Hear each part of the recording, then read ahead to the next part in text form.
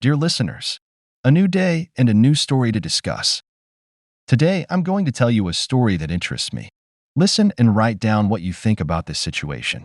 I'm interested in your opinions. I remember it like it was yesterday. The evening was balmy, a soft breeze flirting with the curtains of my study, where papers lay scattered, a testament to the day's toil. It was one of those mundane evenings where everything seemed soaked in normalcy. I, Jack, a 36-year-old lecturer, was lost in thoughts, not of academic theories, but of the turbulent tides in my marriage to Sarah, a formidable and respected 40-year-old professor. Our home, once a haven of warmth and laughter, now echoed with the silence of unspoken tensions. I recall pacing the room, my mind a battlefield of conflicting emotions. Sarah and I used to talk about everything, I muttered to myself. How did we end up here? The clock struck 8 when my phone buzzed. It was Sarah, her name lighting up the screen. I'll be late tonight. Don't wait up. Her voice was terse, a sharp contrast to the affectionate tone I had fallen in love with. After ending the call, I slumped into my chair, the weight of our strained conversation pressing down on me. The idea of a solitary dinner was unappealing. On a whim, I decided to head out, seeking the solace of the bustling city streets. The local cafe was my destination, a cozy corner of the world where the clink of coffee cups offered a comforting rhythm. As I settled at my usual spot, my gaze wandered, absorbing the familiar scenes until it landed on a new face. He was about my age, with an air of confidence that seemed to effortlessly draw attention. Our eyes met, and he offered a friendly nod. I returned the gesture and buried myself in my phone, trying not to intrude. But fate, or perhaps sheer coincidence, had other plans. As I stood to get a refill, we bumped into each other. "Oh, I'm sorry," I blurted out, steadying the coffee cup in his hand. "No harm done," he replied with a chuckle. "I'm Alex, just joined the faculty at your university." "Jack." I extended my hand, and we shook, a firm, friendly grip. There was something instantly likable about him. We engaged in small talk, the usual niceties exchanged between new acquaintances. But as minutes turned into hours, our conversation delved deeper. "You must know Sarah then," I mentioned casually, swirling the coffee in my cup. "Ah, the legendary Professor Sarah." Alex's eyes sparkled with recognition. "I've heard a lot about her. Brilliant mind." The mention of Sarah brought a bittersweet smile to my lips. "Yeah, she's something," I admitted, my thoughts drifting to the love that had once been the highlight of my life. It was nearing 10 p.m. when Alex glanced at his watch. "Time does fly," he remarked. "Let's exchange numbers. It's good to have a colleague to connect with." Without a second thought, I agreed, and we exchanged contacts. It felt like a harmless gesture, just two colleagues laying the foundation for a future friendship. Little did I know that this simple exchange would be the catalyst for a series of events that would turn my world upside down. Walking back home, I felt a strange mix of contentment and unease. The night air felt cooler, the stars brighter, yet there was a nagging sensation in the pit of my stomach, a prelude to the storm that was about to hit my life. Back in the quiet of my study, I stared at Alex's contact on my phone. Just a new friend, I reassured myself, trying to shake off the unsettling feeling. But deep down, I knew. I knew that this was the beginning of something. Something that would challenge the very foundations of my marriage, my beliefs, my values. I went to bed that night, a sense of foreboding enveloping me. The stillness of the house seemed to echo the turmoil within me. As I lay there, staring at the ceiling, the gravity of that seemingly innocuous meeting at the cafe began to dawn on me. It was a mistake, a minor slip in the grand scheme of things. But as I would soon learn, even the smallest mistakes can have monumental consequences. The days that followed our encounter at the cafe seemed to blur into one another. Each morning, I'd wake up with a strange sense of anticipation, wondering if today would be the day when things would change, when the silent rift between Sarah and me would mend. Yet, each night, I'd find myself back in bed, the gap only growing wider. I threw myself into my work, hoping to drown the disquiet in my mind. Lectures, seminars, student consultations, the usual rhythms of academic life played out, but my heart wasn't in it. It was during one of these mundane afternoons that my phone pinged with a new message. It was Alex. "Hey Jack, how's it going? Fancy a coffee break?" I hesitated for a moment, then typed back, "Sure, could use a break." The cafe had become our regular spot. It was an unspoken agreement, a place away from the university's watchful eyes. "You look like you could use a good chat," Alex observed as I sat down with my coffee. "It's just home stuff," I admitted, stirring my coffee listlessly. Marital paradise, he said with a hint of sarcasm. Tell me about it. And so, I found myself pouring out my frustrations to Alex. The more we talked, the more it felt like he understood me, a feeling I hadn't experienced in a long time. Our conversation started to become a regular escape from the reality of my strained marriage. One evening, Sarah and I had an argument, more heated than usual. It was about starting a family, a topic that had become a recurring point of contention. I just don't think we're ready, Sarah, I tried to explain, but my words seemed to fan the flames of her frustration. So when will we be ready, Jack? When? Her voice was tinged with exasperation. I don't know, Sarah. I need more time, I stammered, feeling cornered. She left the room in a huff, and the sound of the door slamming echoed through the house like a verdict. That night, feeling more alone than ever, I texted Alex. Rough night.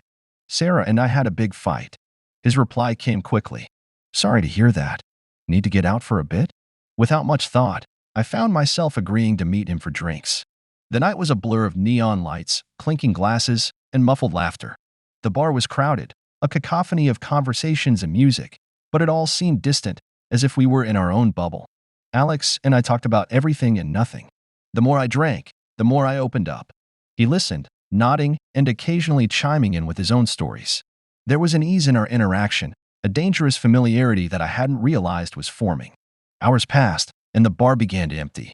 The bartender called for last orders, and that's when it happened.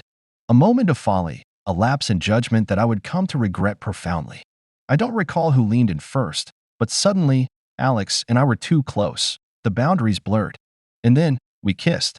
It was brief, but it felt like an eternity. The world seemed to stand still, and then crashed down all at once. I pulled away, the reality of what had just happened crashing over me like a cold wave. I can't do this, I stammered, my voice barely above a whisper. Alex looked at me, a mixture of surprise and something else, regret, perhaps, in his eyes. Jack, I'm sorry, I didn't mean to. But I was already grabbing my jacket, my mind racing. What had I done? The guilt was immediate and overwhelming. I stumbled out of the bar, the cool night air hitting me like a slap. The streets were deserted, the city asleep, oblivious to the turmoil within me. As I walked home, the gravity of my actions weighed heavily on me. Each step felt heavier, laden with guilt and fear. What have I done? I whispered to myself, the words lost in the night. The house was dark when I got back, a stark reminder of the loneliness that awaited me. I lay in bed, staring at the ceiling, the events of the night replaying in my mind. The kiss, a moment of weakness, loomed over me, a dark cloud threatening to unleash a storm that could destroy everything I held dear. Sleep eluded me that night. I tossed and turned, caught in a web of guilt and confusion. The first light of dawn brought no solace, only the stark realization that I had crossed a line that could not be uncrossed, a mistake that could not be undone. The morning after the kiss was a portrait of chaos. My mind was a whirlwind of guilt and confusion, every ticking second a reminder of the line I had just crossed. The house felt oppressively quiet, each room echoing with the weight of my betrayal.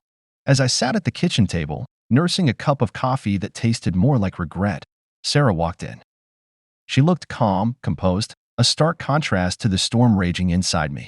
Morning, she said, her voice devoid of the warmth I longed for. Morning, I replied, the words sticking in my throat. I watched her as she moved around the kitchen, her every action deliberate and measured. The air between us was thick with unspoken words, a silent testament to the growing chasm in our marriage. I wanted to speak, to confess, but the words wouldn't come. Instead, I sat there, mute, the guilt gnawing at me. The clock on the wall ticked on, each second a reminder of the inevitable revelation that loomed ahead. Sarah glanced at me, a flicker of something, suspicion, perhaps, crossing her face. Is something wrong, Jack? She asked, her gaze piercing. I shook my head, a feeble attempt to dispel her concerns. Just tired, I lied, avoiding her eyes. But the lie felt heavy on my tongue, a poor mask for the truth that threatened to spill out. The day trudged on, each hour a struggle to maintain the facade of normalcy. At the university, I avoided Alex, the sight of him a painful reminder of our indiscretion. But fate, as always, had other plans. During a faculty meeting, our paths crossed. Our eyes met, a silent exchange fraught with guilt and regret. I quickly looked away, but the damage was done. The seeds of suspicion had been planted. That evening, I returned home to find Sarah in the living room, her expression unreadable. "We need to talk, Jack," she said, her voice steady but cold. My heart sank. The moment of reckoning had arrived. I sat down opposite her, bracing myself for the inevitable storm. "I know about Alex," she said, her words cutting through the silence like a knife. I felt my world crumble around me. "Sarah, I began, but the words wouldn't come. How could I explain something I couldn't understand myself? "How long, Jack?" she asked, her voice laced with pain and betrayal. "It was just one kiss," I stammered, the confession tumbling out. "I swear, it meant nothing." Sarah's eyes filled with tears, a silent testament to the hurt I had caused. "One kiss. One mistake. Is that all it takes to throw away what we have?" I reached out to her, but she recoiled from my touch. "Don't, Jack. Just don't." The air between us was thick with words left unsaid, each one a dagger to the heart. I wanted to explain, to beg for forgiveness, but the words seemed hollow, empty. "You should have come to me, talked to me," Sarah said, her voice breaking. "But you chose him." I lowered my head, the shame and guilt overwhelming. "I'm sorry, Sarah. I'm so sorry." But sorry wasn't enough. It couldn't undo the kiss, couldn't repair the trust one had shattered. Sarah stood up, her movements deliberate and final. "I need some time, Jack. Time to think, to understand if there's anything left to save." She left the room, leaving me alone with the crushing weight of my actions. The silence that followed was deafening, a stark reminder of the distance that now lay between us. I sat there, lost in a sea of regret, the events of the past few days replaying in my mind. The kiss with Alex, the lies, the betrayal, each memory a reminder of the irreparable damage I had caused. As the night wore on, the house felt more like a prison than a home. Every corner, every room was a reminder of what I had lost, of the love that had once filled these walls. I lay in bed, staring at the ceiling, the darkness a fitting backdrop for the turmoil within me. Sleep was a distant dream, unreachable amidst the chaos of my thoughts. The revelation of my mistake had set in motion a series of events that I couldn't control, a downward spiral that threatened to consume everything I held dear. And as I lay there, I realized the painful truth. The hardest revelations are the ones we bring upon ourselves. In the days following the revelation, the atmosphere in our home had shifted dramatically. The space between Sarah and me felt like a chasm, wide and insurmountable. We moved around each other like ghosts, our interactions reduced to the barest of necessities. I remember one particularly gray morning. The sky was overcast, mirroring the turmoil inside me. I found Sarah in the kitchen, her back turned to me as she poured coffee. The silence was oppressive, punctuated only by the occasional clink of a spoon against a cup. "Sarah," I began, my voice barely above a whisper. She didn't turn around, her body language stiff and unyielding. "What is it, Jack?" Her voice was cold, devoid of any warmth we once shared. I think we need to talk about what happened," I said, stepping closer. She finally turned to face me, her eyes hard. "What's there to talk about? You made your choice." Her words stung, a painful reminder of the mistake I couldn't take back. "I know I messed up, but please, we need to try and work through this," I pleaded. Sarah sighed, a sound heavy with fatigue and disappointment. "Work through this? How, Jack? How do you work through betrayal?" I reached out, trying to bridge the physical and emotional distance between us, but she stepped back. "Don't," she said sharply. The rejection was a physical blow, leaving me reeling. I struggled to find the words, any words, that could possibly make things right. But the truth was, I didn't have them. My mistake had set in motion a chain of events that I couldn't control. The days turned into weeks, each one a painful reminder of what I had lost. Sarah and I were like strangers sharing a house, our interactions mechanical and devoid of any emotion. Then came the day that changed everything. I had come home from the university, my mind preoccupied with a lecture I had given. The house was silent, eerily so. I found Sarah in the living room, her posture rigid, a sheaf of papers in her hand. "Jack, we need to talk," she said, her voice steady but distant. I felt a knot form in my stomach. "What's wrong?" She handed me the papers, and as I scanned them, my heart sank. Divorce papers. The finality of it hit me like a ton of bricks. "Sarah, you can't be serious," I stammered, my voice tinged with desperation. "I am serious, Jack. I've thought about this, and it's the only way forward," she replied, her tone resolute. "But we can work on this. Go to counseling, anything," I said, the papers trembling in my hand. Sarah shook her head. "It's too late for that. I can't be in a marriage where I'm constantly questioning whether my partner is faithful." The room spun around me, the reality of the situation crashing down. So that's it? You're just giving up on us? It's not about giving up, Jack. It's about respecting myself enough to walk away from a situation that's no longer healthy for me, she said, her voice breaking slightly. I wanted to argue, to fight for our marriage, but the look in Sarah's eyes stopped me. It was a look of determination, of a decision made after long and careful consideration. The following weeks were a blur of legal meetings and painful discussions. The house that once felt like a sanctuary now felt like a battleground, each room a reminder of the love that had turned to ashes. I moved into a small apartment, a stark, impersonal space that echoed with the loneliness I felt. My days were filled with a sense of aimless drifting, the future a blank canvas that I had no desire to fill. The fallout from my mistake was complete. I had lost my wife, my home, and a significant part of who I was. As I lay in bed each night, staring at the ceiling, I couldn't help but replay the events over and over in my mind. Where had I gone wrong? How had one moment of weakness led to the unraveling of everything I held dear? The questions haunted me, each one a reminder of the irreparable damage I had caused. The fallout was a bitter pill to swallow, a lesson in the consequences of one's actions. And as I lay there, alone in the darkness, I realized the painful truth. Some mistakes are too great to ever fully recover from. The aftermath of the fallout was like living in a prolonged twilight, where the sun neither fully rose nor completely set. My new reality was a small, sparsely furnished apartment that echoed with the silence of my solitude. It stood in stark contrast to the home I had shared with Sarah, now a distant memory tinged with regret. Days melded into nights with little distinction.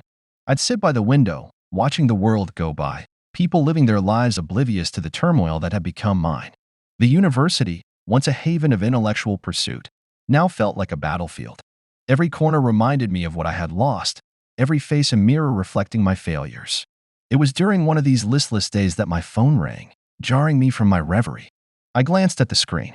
It was a number I didn't recognize. Hello? I answered hesitantly. Jack, it's Alex, came the reply, his voice a familiar yet unwelcome sound. I tensed, the memories flooding back. What do you want? I asked, struggling to keep my voice steady. I heard about the divorce. I'm sorry, Jack. I never wanted things to go this far, he said, his words laced with regret. Sorry doesn't change what happened, I replied curtly, my grip on the phone tightening. I know, and I take my share of the blame. But I want to help, if you'll let me, he offered. Help? The word rang hollow. What help could possibly undo the damage that had been done? Yet, a part of me was desperate, clutching at any semblance of support. How can you help? I asked, skepticism lacing my words. I have some contacts in the academic circle, different universities. Maybe I can help you find a new position, a fresh start, Alex suggested. A fresh start. The idea was both terrifying and tempting. I'll think about it, I said finally, ending the call with a mix of uncertainty and faint hope.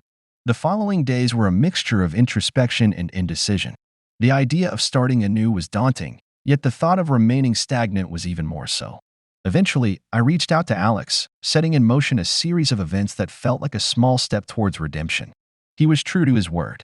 Within weeks, he had arranged an interview for me at a university in a neighboring city. It was a chance to rebuild, to carve out a new path from the ruins of my old life. Yet, the weight of my past was a constant companion. Sarah's absence was like a shadow, always there, a reminder of what I had lost. I missed her, the sound of her laughter, the warmth of her presence. The loneliness was a tangible thing, wrapping around me like a shroud. The interview day arrived, a mix of nerves and anticipation churning in my stomach. I stood in front of the university building, its ivy-covered walls a symbol of new beginnings. The panel was cordial, their questions probing but fair. I answered as best I could, my responses a blend of practiced academia and genuine passion for my field. Weeks passed in a blur of anxious waiting until the call finally came. I had gotten the job. Relief and a sense of accomplishment washed over me, a rare moment of positivity in the sea of negativity that had become my life. But the victory was short-lived. Just as I was starting to settle into my new role, the unthinkable happened. I was called into the dean's office one afternoon, the expression on his face somber. Jack, I'm sorry, but we have to let you go, he said, his words like a punch to the gut. What? Why? I stammered, disbelief and panic setting in. It's complicated, but it comes down from higher up. There's been some concerns about your recent personal history, he explained, avoiding my gaze. I knew then that Sarah's influence had reached further than I could have imagined. My past, it seemed, was inescapable, a specter that haunted every aspect of my life. I left the office in a daze, the world around me a blur. The job had been more than just employment. It had been a lifeline, a chance to start over. And now it was gone, snatched away by the lingering consequences of my actions. The aftermath of the fallout was a landscape of ruins, a testament to the destructive power of a single mistake.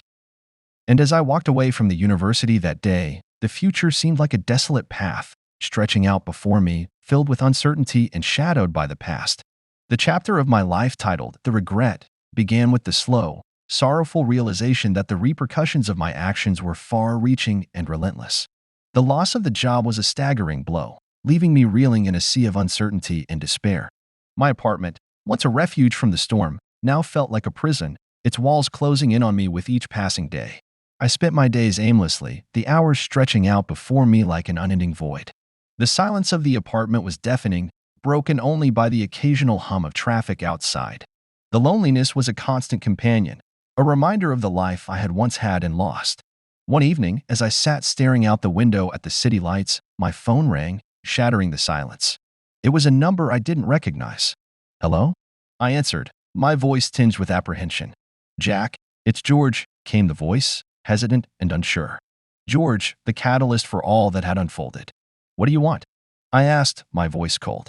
"I heard about your job. I feel responsible," he said, his voice laced with guilt.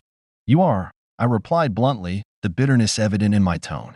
"I want to make it right, Jack." "Let me help you find another position," he offered, a note of desperation in his voice.